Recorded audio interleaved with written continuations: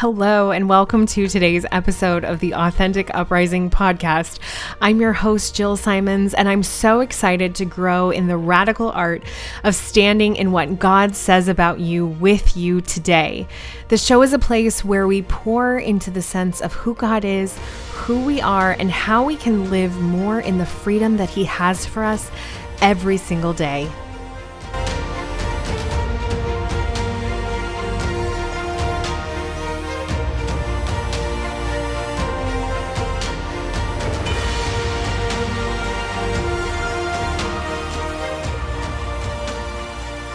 Hello, and welcome to today's episode of the Authentic Uprising podcast. I'm your host, Jill Simons, and I am so happy that you are listening in with us today.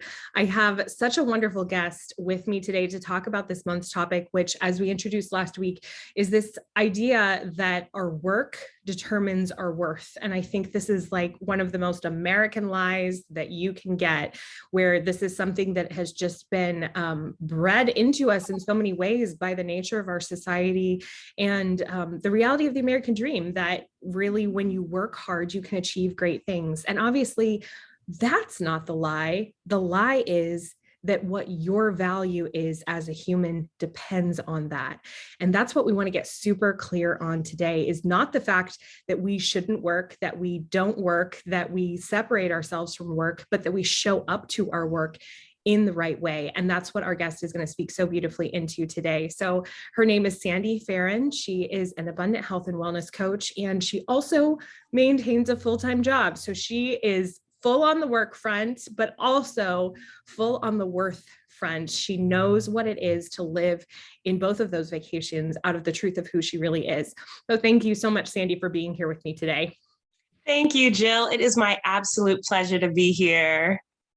So share with us a little bit about you were sharing with me before we got on the podcast, how there was really a before and after for you in terms of your relationship with work and how the interplay was with your worth. Would you share with us about that? Yes. So as you shared, my name's Sandy Pharon, and I'm a speaker and certified health coach with over 15 years of leadership experience in the workforce. And that wasn't the story. That wasn't always my story. I started this journey at the height of the pandemic, as we all know. Everyone was going through that unrest. They didn't, the fear of the unknown, all that's happening, and just not having access to real, clear information. And as we're going through all of that, another whirlwind hit, and my company was acquired. The company that I had been working for, and that opportunity, I was aspiring to another leadership position, and they filled it with the acquisition. And this is me. My whole identity is in career. My whole identity. I'm a single working professional, Bible believer, and just had always had this work ethic, really born out of just being even a first generation American. So I always had that hard work and drive. And here I am waiting. And what a lot of people didn't know was that had to have been the third or fourth time in my career that I heard no. But we all know when God is at work, that no is really a wait in most cases. And it took a while for me to get to the point where I had heard that and realized that that's what it was. And as I got on the phone, I was sitting at my dining room table, just crying and upset about all of it, because it just felt like all of this is happening in the world. I'm quarantining by myself at home. We don't know what's happening. The company's acquired. I don't get the leadership position. And I'm just airing all of these grievances on the phone with a mentor. And he stops me and says, "Sandy, look at your phone." I looked down. 18 minutes had passed since we started the conversation. And for 18 minutes, I told him about my timelines, my plans, my desires, what I needed to have been accomplished at this point in life. And he turned my attention to a scripture that I hold dear, and it's an anchor for me now, Matthew 6:33, that says, "Seek first the kingdom of God and his righteousness, and all these things will be added unto you." And he and I always closed our conversations in prayer. And as he prayed for me, I was still crying, and I just knew I had to surrender. And on that call, I surrendered. But in that surrender was also a lot of guilt and shame, because what a lot of people didn't know is that I had gained about 30 pounds at that point. And I was at the peak of weight gain that I had known I was not supposed to be at, because then I was at risk for diabetes, high blood pressure. And I knew that. But food became a comfort in quarantine instead of completely surrendering and coming to God with all of the angst and all of the fear. And so after we prayed and God started to deal with me about surrendering and how to surrender and what that would look like, now today, that is why Abundant Wellness came about. And I started Abundant Wellness to really help women that are career driven, just like me, achieve harmony and healing in their workplaces, in their homes, and in their faith. And I do that through a 4-step method that is proven, that we've been working and continuing to refine, but it's my go-to, and also it's the go-to for a lot of people that I coach. That is so beautiful. So much of your story resonates with me because, as is so often the case when I talk to other Christians, that it's just like, same song, different verse, where it's just like, it was a different thing for me, but the same things happened. For me, it was graduate school, where I had just always put my identity on being very intelligent and a great student. And I got turned down by every single graduate program that I applied to. And same thing, where it was, the Lord was like, wrong road. Like, let me just put a little redirect there, which was very painful at the time, obviously, but such a gift in the long run, because that gets you to where he actually wants to have you and to work with you. And I think that story of really turning to other things during quarantine and during the pandemic is shared by so many, myself included, where there was just everyone was trying to figure out how to be okay. Exactly. And that is when you are not okay, I have found that is always the magnifying glass that shows you where you're getting your identity, and really where, in a optimistic view, where the opportunity is in your life to get things rearranged. And obviously there's another way to look at it, where it's, kind of fatalist, like, this is not going to get changed. This is who I am.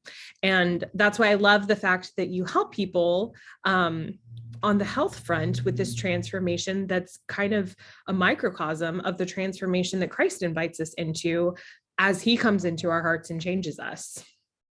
Exactly. And often, I get it, because people go through life seeking for identity and seeking for, oh, who am I? What is my purpose? And often you hear it even now, a lot of conversation around purpose. But how do you know what you were created to be and do without going to the creator? And often, we remain open and things, and people, share and things, and you're respectful of how people feel and things. But really, had I not had that breaking point and moment, like, to have it almost felt like I had just one basket with everything in it, and everything was crumbling and falling apart. And I often say, as we hear about mental health rising in America and the world, you hear about people, even how the world is, the wars, rumors of wars, health challenges, physically. Like, I mean, this morning, going to a celebration of life for someone who's very 32, young, 32, but you put that in perspective and really take a moment to pause. It really is, this life is a vapor. We do not have a guarantee for tomorrow. And I often tell people, you celebrate the gift of today. It truly is a gift. It's the only day you get for today in this year, and when you start to reframe and refocus, you really get a moment to really celebrate the things that are the intrinsic things, the things that God had alone placed in you. And work has a way of robbing that sometimes, because you try to assimilate and try to become what you may feel like, especially as women. The whole world is telling women how to be women. Everybody has an opinion of how a woman should be a woman. And I'm so thankful that God gave the biblical definition for womanhood. I I would be so confused. I would be so lost because there is a lot going on outside, but we have guidance, okay? And we have steps to take forward. And that is why I always encourage each other and people just with that 4-step method. The first one is preparation and prayer. Preparation and prayer. Preparation looks different for everyone. So you could be preparing with your nutrition, or preparation could mean a mental preparation. What are you doing to get yourself right? Prayer is really that pause and that mindfulness. The A is acceptance and awareness. Are you even aware of what is going on in you? Our bodies send so many signals all day, every day. If you feel any type of way, that's a signal. So when you get that alert or that awareness, are you acknowledging that so that you can give the proper response? And the C is a commitment to community. So many people move through life as if they are the only ones going through things, the only ones feeling what they're feeling, the only ones who have dealt with that. That is a lie. Sorry to tell you, it is a lie. Well, not sorry, because the truth is there are billions of people on the earth. Billions of people have felt that emotion. You may not have encountered people. Your story may be unique and different, but there's someone that has a similar one and who has learned something and who can teach you something. So leaning into community is a key as you navigate life and life's challenges. And the last one is an expectation of the desired result. So many people speak death every day. Every day. They don't have anything positive to say. It's like, oh, I'm going to set these goals and then I'm not going to meet them. What? Speak life. Put out there what you aspire to. Pray about it. The word always reminds us that you ask for anything, and in accordance with his will, he will make your request known. Make your request known to him. Yes, you can say, a lot of people talk about manifesting things. I believe in asking God for anything and everything. If this is my Heavenly Father, I ask him for anything and everything, and whatever is in accordance with his will, I seal it that way. I say, look, whatever is your will, thy will be done, and leave the door open. And what I learned in those moments was that I was very rigid about my dates and my timelines and my plans, very rigid. But if I had not surrendered, we wouldn't be having this conversation. Abundant wellness would have never been born because I met my timelines and my dates. I didn't even have entrepreneurial aspirations ever. If you meet any of my college friends, they're like, Sandy's an entrepreneur. This is crazy, because I was all things corporate America in college. I was all things, like even my mentor, Dennis Kimbrough, is all, he's an entrepreneur. And that was it. It was always corporate America. I knew, and so now being in management, those delays were for a purpose. They were. I had to be delayed in order to know what it felt like to be delayed. I had to go through all of those feelings of imposter syndrome that people talk about. I had to be the only in the room. I had to feel the weight of being a caregiver to parents that are aging and family members and things, and having the wisdom and knowledge to know, look, I need to surrender this and tell God, look, I cannot carry this burden. Give me wisdom. And it's hard to say it. And when you're in it and you're carrying it, you don't always go there. But if you sit back and think and really ask God, like, what am I supposed to learn in this moment? What is the lesson? And what is the blessing? What is the blessing? What is the lesson? You have an opportunity for things to shift and to change.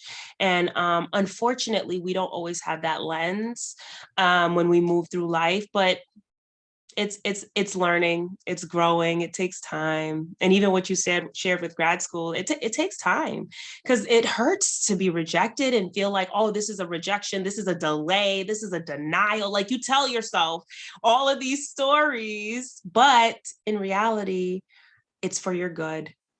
You have to trust that. And it's hard, but we have to trust that. I think that's where a lot of people can get kind of caught up in the weeds, is because you talked about purpose prior to.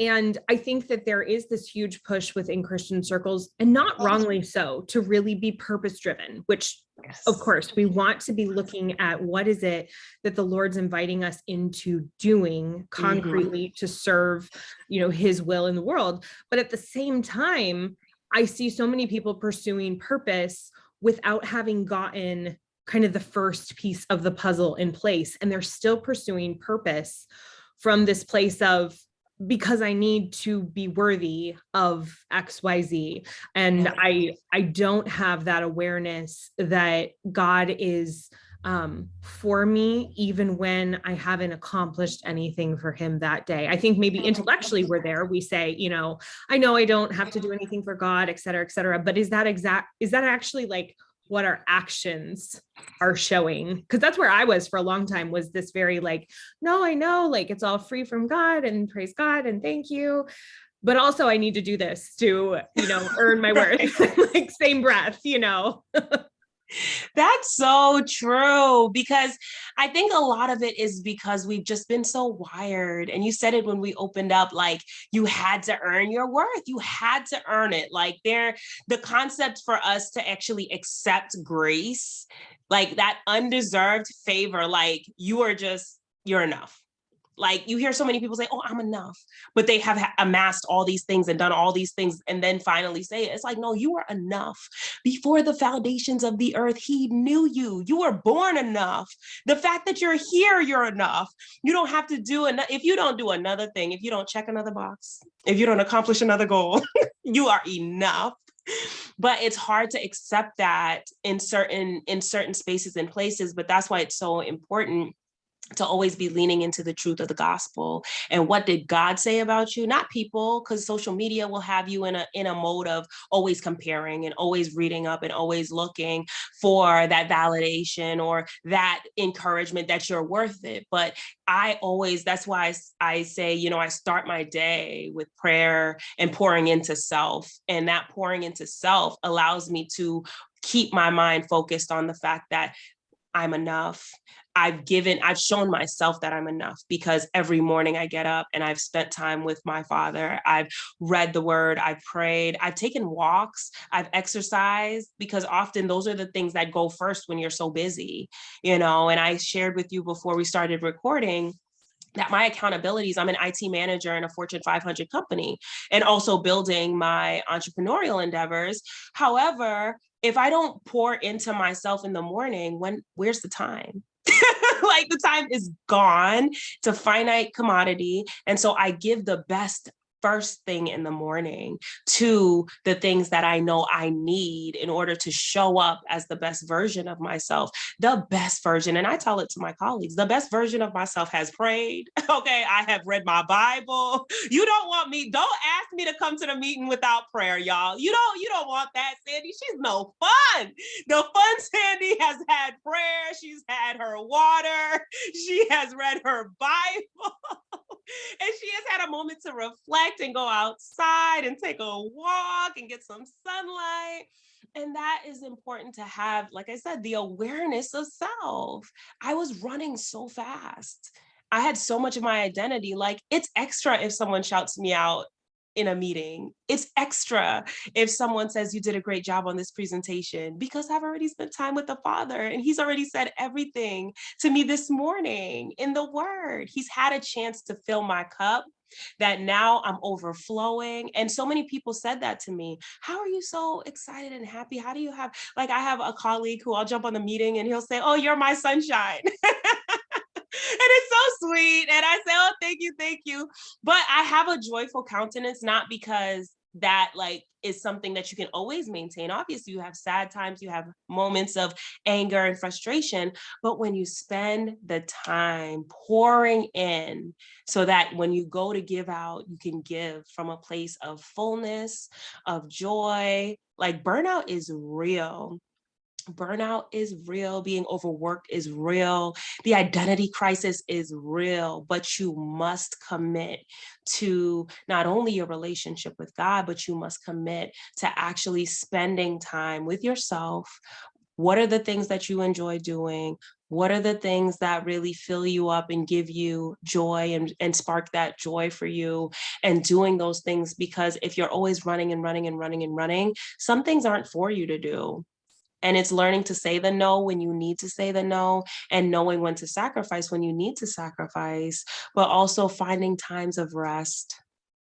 Finding times of rest. Rest looks different for everybody, but whatever you need to do to rest, you just commit to doing that as well.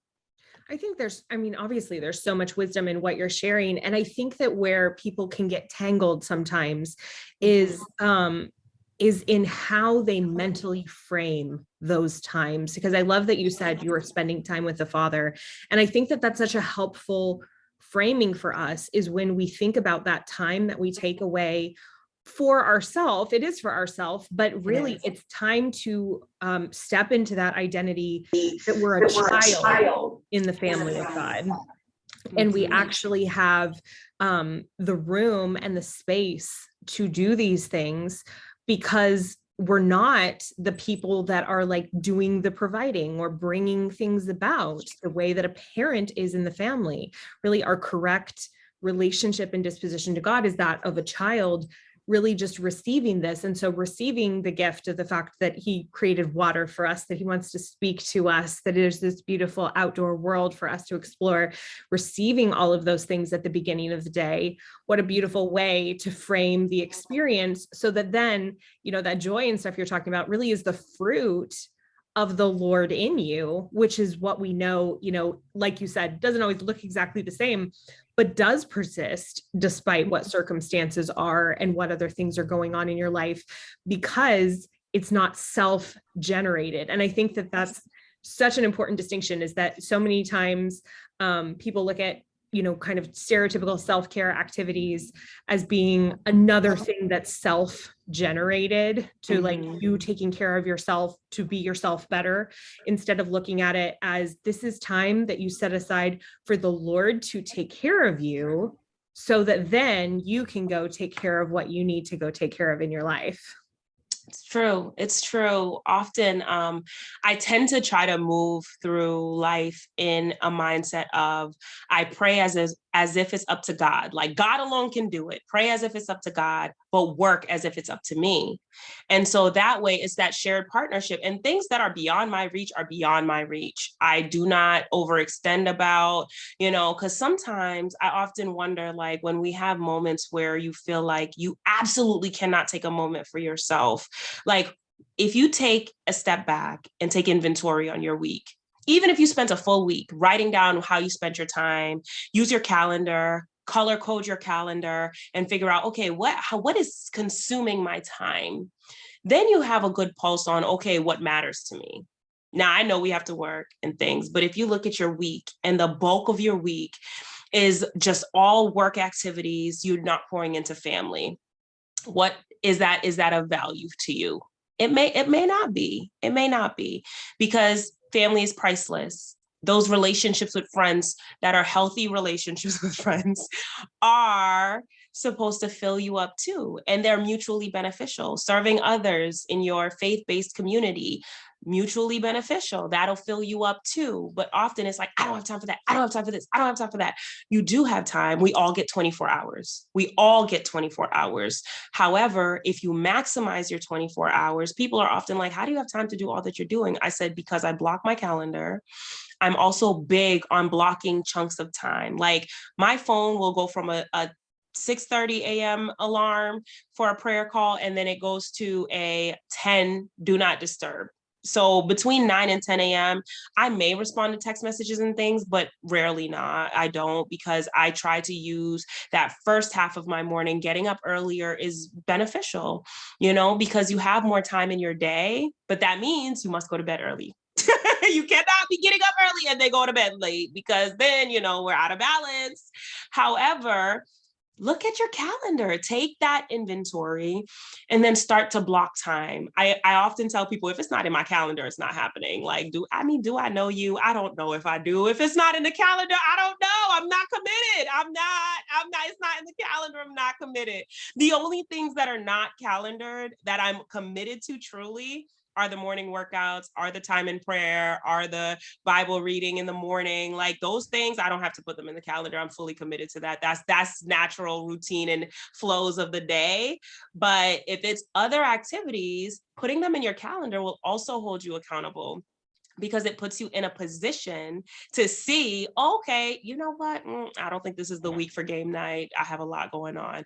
Or this is the week I definitely need a game night this week with my friends to laugh and to joke and things. And recently, one thing that dropped in my spirit was about just like how this notion of needing to go on vacation to get rest. I was like, Sandy, bills are too high for you to need to go on vacation to get rest. So that was just a moment for me that I said, you know what? My weekends are picking up. Outside is open all the way now, post-pandemic phase. I need to block time during the week. And that's why we're here on a Friday. I ended up committing to, I'm going to stop allowing myself to be that available Monday through Friday. I need to block chunks of time in my calendar and have 2-hour blocks here that I'm unavailable and I'm just offline, 4-hour blocks that I could just have focused time and my phone is on do not disturb and I can get some work done. And that will maximize your day. It really clears a lot of mental clutter because now you've given yourself time. You've given yourself time. This 24 hours that you have, you've given yourself time. You've made certain things a priority. And I know it's not as predictable to say every day you could calendar everything. Like we know that. But even Jill, you could speak to this because you have this podcast, you have your store online, you are doing things. Okay, you have your family. You could speak to how you have to put blocks of time in different spaces and how to put systems in place that support you. And then your systems always have to be backed up by prayer. I can't say that enough because sometimes I'll be doing a million things and I'm like, you're right, God, you didn't send me here. You're right. I'm tired because you didn't tell me to go there. That is not where you sent me. That's why I'm tired and I'm dehydrated. I'm just going to leave it right here and I'm going to go sit down. I am because he knows that about me. He's like, that daughter of mine. Okay, she doesn't listen right now. I'm just gonna let her figure it out. And then when I'm tired, I'm like, God, what is happening? And then it starts to come like, you didn't even pray about that. You're just in this mess that you put yourself in. You didn't ask him for directions and now you're exhausted. Yep. Oh my goodness. Do I resonate with that? That was me. Actually, it actually happened last night where, because I am in, so at the time that Sandy and I are recording this, I am still pregnant. Hopefully when you're listening to this, I've got this cute baby in my arms that's like, just eclipsing everything else in the world, which I'm very much looking forward to. But, at this point, I am very in the thick of like, how do we clear the space for this baby to happen? Because he inevitably will. And same thing, just had this overfull to-do list and all this stuff. And it's all these beautiful opportunities that by and large, I have really taken to prayer and know that the Lord is inviting me into, but not all at the exact same second, which is how I'm taking them is like, this is all happening this weekend and just being very maximizing about it. And I think that that's one of the great graces that the Lord does give us is how much he is hands off if we are not seeking him, because it's that grace of reminder, oh yeah, I really can't do this. Like I actually really super need you. And that's what it was last night, was realizing that because my 2-year-old had gotten up extra early yesterday, didn't get my normal time journaling, still chatted with the Lord kind of on the way to work, but it was much more of a slapdash thing than normal. And I saw that in the fruit of my day, which was such a gift to then pull me back to, this is the level of priority that this is how much importance I need to put on that. And having those things kind of fall apart helps you remember that. And I hope that also any of you listening to Sandy, especially if you are a woman like Sandy and I, where you are like so achievement focused and maybe career driven and love accomplishing things, this is not unachievable for you. You hear how Sandy's personality is coming out so beautifully in the way that the Lord informs how she starts her day, but then also how she lives her day, which is very in keeping with your personality. Like it's just a wonderful extension of the way that you like to work. And I think that that's the scary part for a lot of people. And when I was first starting this journey myself, there was this huge fear, like, I don't even know how to be myself. if I don't tie my worth up with my work. Like I don't even know how to be a person that way. And I think I was expecting it to require this like change of who I am, when it's so much more about stepping into the fullness of who you are, because the way you like to have things done and the way you like to schedule things, et cetera, is a function of really how the Lord created you. And it's not going to be about become a different person. It's going to become about, let me show you, the Lord saying, let me show you how I intended this personality, this, beautiful set of traits you have to be expressed. I love that, because that's actually one of my prayers often, is that I'm like, okay, God, you maximize the use of your gifts in my life.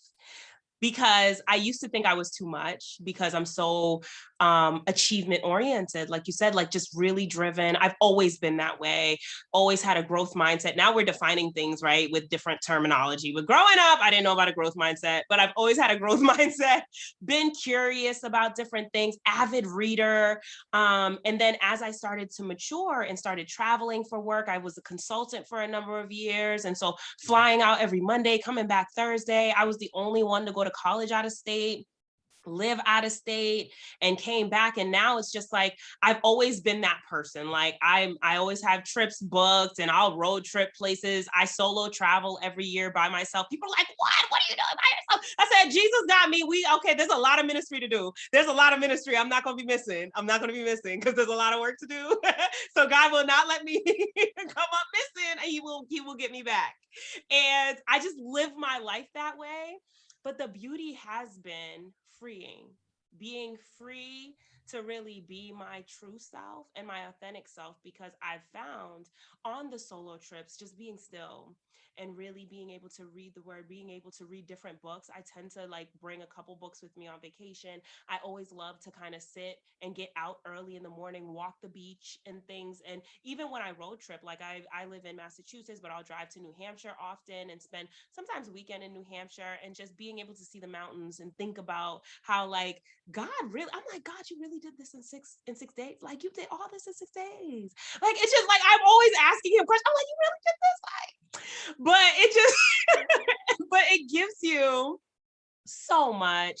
Like it fills your cup so much when you learn to slow down and really appreciate things. I was listening to someone who was talking about taking delight in God, and how like we don't appreciate Sabbath, and we don't take Sabbath as a society often. And sometimes people get legalistic about it, but a Sabbath really gives you an opportunity to delight and to really celebrate the beauty of the things God does, and maintaining an attitude of gratitude. That was one of the gifts I got in the pandemic, because here I was now working from home. I no longer had a commute into the city with all the hustle and bustle of taking public transportation in and out of the city to work. Here I am now online, having to show up and having to be present, and having, career aspirations still. Like they didn't die in the pandemic, they were still there, but I had to like now pull from a source and pull from within as well, and be committed to my development. And I said, you know what, God, I'm committed to my own development. I'm committed to growing in these areas and appreciating you and celebrating what I have, because I could go the far end too and talk about what I don't have and what I aspire to. And sitting there and living there will bring you down.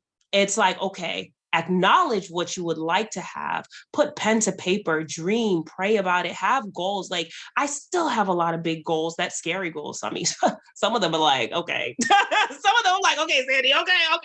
But I lean into, eyes have not seen, ears have not heard, nor have it entered into the hearts of man what God has planned for them. Okay, so I lean into that. I'm like, okay, God, I'm just gonna put this crazy goal out here, because I haven't thought about it. So if I thought about a crazy one, I feel like you have a crazier one.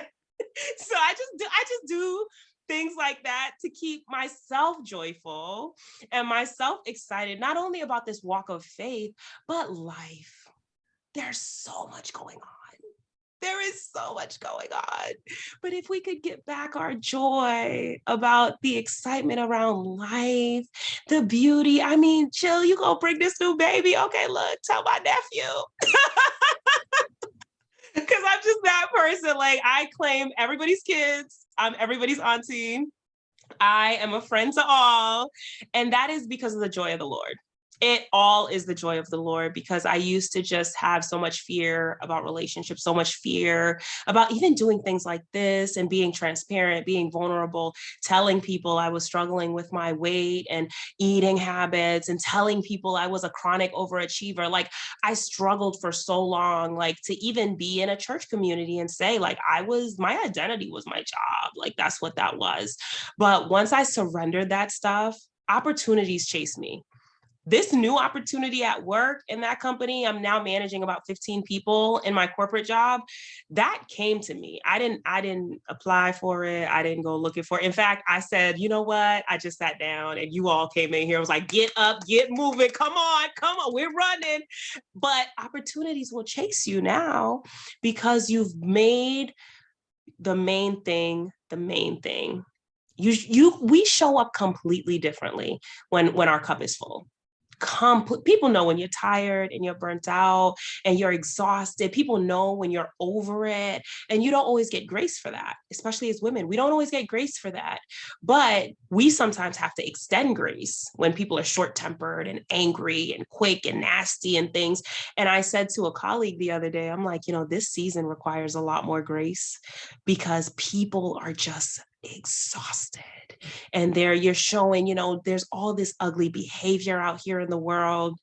And so if I can be a bearer of light and bring joy and be salt, I try to do all of that and try to be someone that is committed to just pouring into myself as well, because I know that there's a mandate to pour out and give as well. And we don't get to sometimes take a step back because demands are there, but that's why it's so important to make sure that you're doing all that you can do. Like, I mean, if you're doing self-care, it's just like the manicure every other week. That's not it. That is not, that is not it. That is not it. You've got to find time and ways to rest. You've got to find the things that you like to do. Sometimes I sit on the recliner with a crossword puzzle. It's the funniest thing. I just have such like a old woman. Like, I'm just such an old lady at heart. I will just sit on my recliner with my word search and I'm finding words. It's the craziest thing. And I just judge myself. I'm like, oh, you so old. That is crazy. Sandy, is that what you're doing now?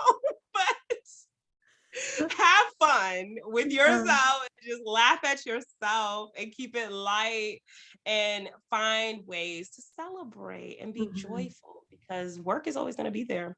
Yeah, absolutely. And I think it's so new for some people that that's really what the Lord is inviting us into, is into that like child. Like, I know being the child thing is like my broken record thing, what is possible. And the fact that we're a child of God, and like taking those things to the full extent. So I love what you said about crazy goals, because I think that, 9 times out of 10, we're not dreaming the extent of the dreams that God has, because he is not limited in his mindset the way that we have these limitations in our mindset. And then when we show up as his daughter, that's such a, refining framing, I think, because you were talking about Sabbath. And that is my favorite, because I always struggled with kind of the legalistic Sabbath thing as well, just because I was like, what is it? Like, I can't put it in a box, and it was very frustrating. And so the best definition that I've ever heard, that has been my guiding principle ever since, is, we're all called to labor in the vineyard, but on Sundays, what do you do because you're the daughter of the owner and not the hired help? And I was like, powerful. Oh, okay. Like, now there's some clarity there for me personally. That image really works, because then I'm able to see, like, okay, when you're not worried about, okay, I gotta be all prepped for Monday, and so I don't lose my job kind of mindset, when it's much more like, I'm gonna be here. What do I want to explore, and what do I want to have fun with? And the way that the Lord invites us into that is so beautiful. It is. There's so much to celebrate with that, but we just have to be committed to slowing down, to really take it all in. The walks have given me a lot of joy, because you get to see seasons change. And in seeing seasons change, you're like, oh, wow, and you notice different things. I joke, I'm like, ooh, the squirrels gained the quarantine weight. Okay, these squirrels are big outside. They gained that weight. Okay, they are fluffy. But that's the ongoing joke with me. And then I'll count how many furry animals I'll see bunnies outside. I'm like, oh, my bunnies were out today because I don't keep pets. Jill, I can't keep no pets. I'm Oh, not I'm not a committed pet to person that. either. I'm not. No, I'll see wild turkeys, and now it's all my friends send Instagram messages with the turkeys. They're like, your turkeys were outside. I said, I know. That's the walking crew. They're always out there. But delight. These are all things that I couldn't make myself. They would not be in my home. But when I take a moment and I get to see them scurry and do all that they're doing, and you hear the birds chirp, they're always singing outside. They are always singing outside. And so it really grounds you and puts things in perspective to keep the main thing the main thing. Jobs will always be there. Companies are going to do what they're going to do. So you need to make sure you are taking care of you, because if you are not taking care of this earthly vessel, you are the one who pays for it. It's so unfortunate that that's the truth, that if you don't take care of your body and your mind and really focus your attention on your identity in Christ, you will lose sight of it because of all of the noise. Absolutely. Yep. Absolutely. Sandy, it has been a joy for me today to talk with you. I have laughed more on this podcast than I have on, I think, most of them that I've ever recorded. So thank you so much for that. Thank you. It was my absolute pleasure. Thank you so much for joining me on today's episode of the Authentic Uprising podcast. It is always a joy to be with you. I encourage you to subscribe to our podcast, subscribe to our YouTube channel, whichever place you most prefer, or do it all if that is what floats your boat. We would love to continue to get to know you better and grow in relationship with you. And so I encourage you to check out the links in both our show notes and our YouTube description that tell you more about where you can connect with us elsewhere. The two big things we have going on besides the podcast is our shop that is full of reminders of who you are in God, helping you to really grow in that radical art of standing in who you are and giving gifts that help others to do the same. The other big thing we have going on is the Uprising Academy. This is all of our formation programs, workshops, retreats. Everything is available virtually and on demand, where you can sign up and continue to learn more about radically standing in what God says about you, especially if you are in a place in your life where you are not being fed the way that you long to be fed. Whether it's in your community, whether it's at your church, whatever it is, there is more for you, and we can absolutely walk with you into it through the Uprising Academy. All those links are in our show notes, and if you enjoyed this episode, I encourage you to leave a review. Reviews are the number one way that we help get in front of new faces, new people that are able to be touched by the radical art of standing in what God says about us. I love you. I'm praying for you. I hope you have an amazing week.